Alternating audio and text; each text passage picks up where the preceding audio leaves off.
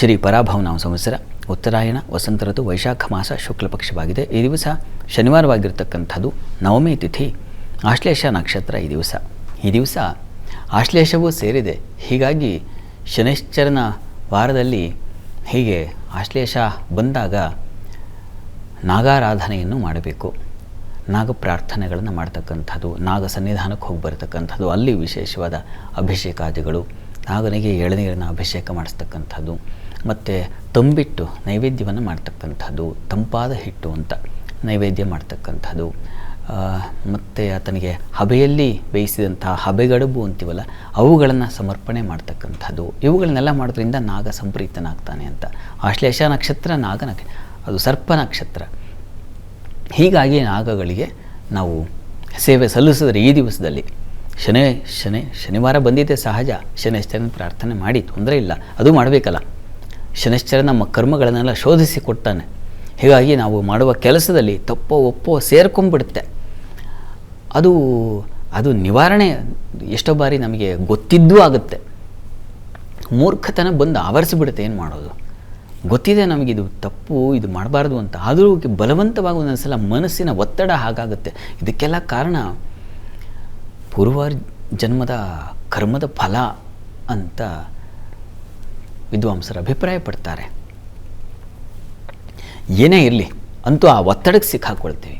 ಅದಾದ ಮೇಲೆ ನಾವು ಯಾವುದೋ ಒಂದು ಕೆಲಸ ಮಾಡಿಬಿಡ್ತೀವಿ. ಅದು ನಮಗೆ ಬೇಕಾಗಿದೆಯೋ ಅಥವಾ ಇದಕ್ಕೆ ಸೂತ್ರ ಎಲ್ಲಿದೆ ಹೇಳಿ? ನಾವು ಒಂದು ಕಾನೂನನ್ನು ನಿರ್ಮಾಣ ಮಾಡಿಕೊಂಡಿದ್ದೀವಿ. ಸಮಾಜದಲ್ಲಿ ಏನೂ ಅವ್ಯವಸ್ಥೆ ಆಗದ ರೀತಿಯಲ್ಲಿ ಬದುಕಲಿಕ್ಕೆ. ಹಾಗಂತ ಆಗ್ತಾ ಇಲ್ವಾ? ಬೇಕಾದಷ್ಟು ಆಗ್ತಾ ಇದೆ. ಕಾರಣ ಏನು? ಕಾನೂನಿದೆ ಅನ್ನೋ ಭಯ ಇಲ್ವಾ? ಜನರಿಗಿದೆ ಮತ್ತು ಇಲ್ಲ, ಎರಡೂ ಇದೆ. ಈ ಥರ ತೊಂದರೆ ಆಗುತ್ತಪ್ಪ ಅನ್ನೋದು ಗೊತ್ತಿದ್ದರೂ ಕೂಡ ಇನ್ನೊಬ್ಬರ ಮೇಲೆ ಹಲ್ಲೆ ಆಗ್ತಾಯಿದೆ, ಇನ್ನೊಬ್ಬರನ್ನ ಇನ್ನೇನೋ ಸಮಸ್ಯೆಗಳಾಗ್ತಾನೇ ಇದ್ದಾವಲ್ವ. ದಿನ ಬೆಳಗಾದರೆ ಪತ್ರಿಕೆಗಳಲ್ಲಿ ನಮ್ಮ ಮಾಧ್ಯಮಗಳಲ್ಲೆಲ್ಲ ಕಾಣ್ತೀವಿ.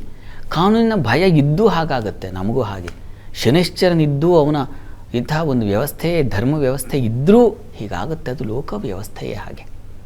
ಹೀಗಾಗಿ ಅಂಥದ್ರಲ್ಲಿ ನನ್ನನ್ನು ಡಿ ವಿ ಜಿಯವರು ವಸ್ತುತಃ ಹೇಳ್ತಾರೆ, ಪಾಲುಗೊಳ್ಳಲು ಅಡಬೇಡ ಅಂತ. ಇದು ವ್ಯವಸ್ಥೆಗಳಿರೋದೇ ಹೀಗೆ ಹೋಗ್ತಾ ಇರುತ್ತೆ. ಅದು ಯಾವುದೋ ಒಂದು ಒತ್ತಡ ನಮ್ಮ ಹತ್ರ ಮಾಡಿಸ್ಬಿಡುತ್ತೆ, ಯಾವುದೋ ಒಂದು ಹೀಗೆ ಆಗುತ್ತೆ. ಆದರೆ ಬುದ್ಧಿ ಅದೊಂದಿದೆ ಭಗವಂತ ಕೊಟ್ಟದ್ದು. ಹೀಗಾಗಿ ಆ ಕ್ಷಣಕ್ಕೆ ನಿರ್ಣಯ ಯೋಚಿಸಬೇಕು. ಯಾವ ಕರ್ಮ ಮಾಡ್ತಾಯಿದ್ದೀನಿ, ಯಾವ ಕೆಲಸ ಮಾಡ್ತಾಯಿದ್ದೀನಿ ಅನ್ನೋ ಆಲೋಚನೆ ಪ್ರಾಣಿಗಳಿಗಿಲ್ಲ ಯೋಚಿಸೋ ಶಕ್ತಿ, ಆದರೆ ಮನುಷ್ಯರಿಗಿದೆ. ಇದೊಂದು ಹೀಗಾಗಿಯೇ ತಾನೇ ದುರ್ಲಭಂ ಅಂತ ಹೇಳಿರೋದು. ಮನುಷ್ಯ ಜನ್ಮ ಬಹಳ ದುರ್ಲಭ. ಯಾಕೆ ಅಂತಂದರೆ, ವಿಶೇಷವಾದದ್ದು ಯಾಕೆ ಅಂತಂದರೆ ಬುದ್ಧಿ ಇದೆ ಅನ್ನೋ ಕಾರಣಕ್ಕೆ.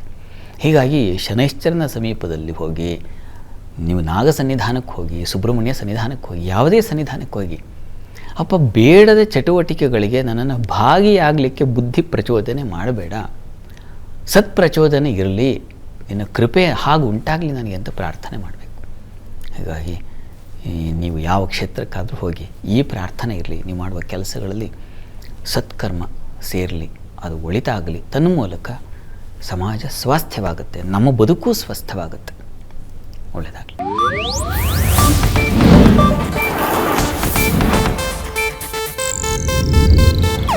ಇದು ಏಷ್ಯಾನೆಟ್ ನ್ಯೂಸ್ ನೆಟ್ವರ್ಕ್ ಪ್ರಸ್ತುತಿ.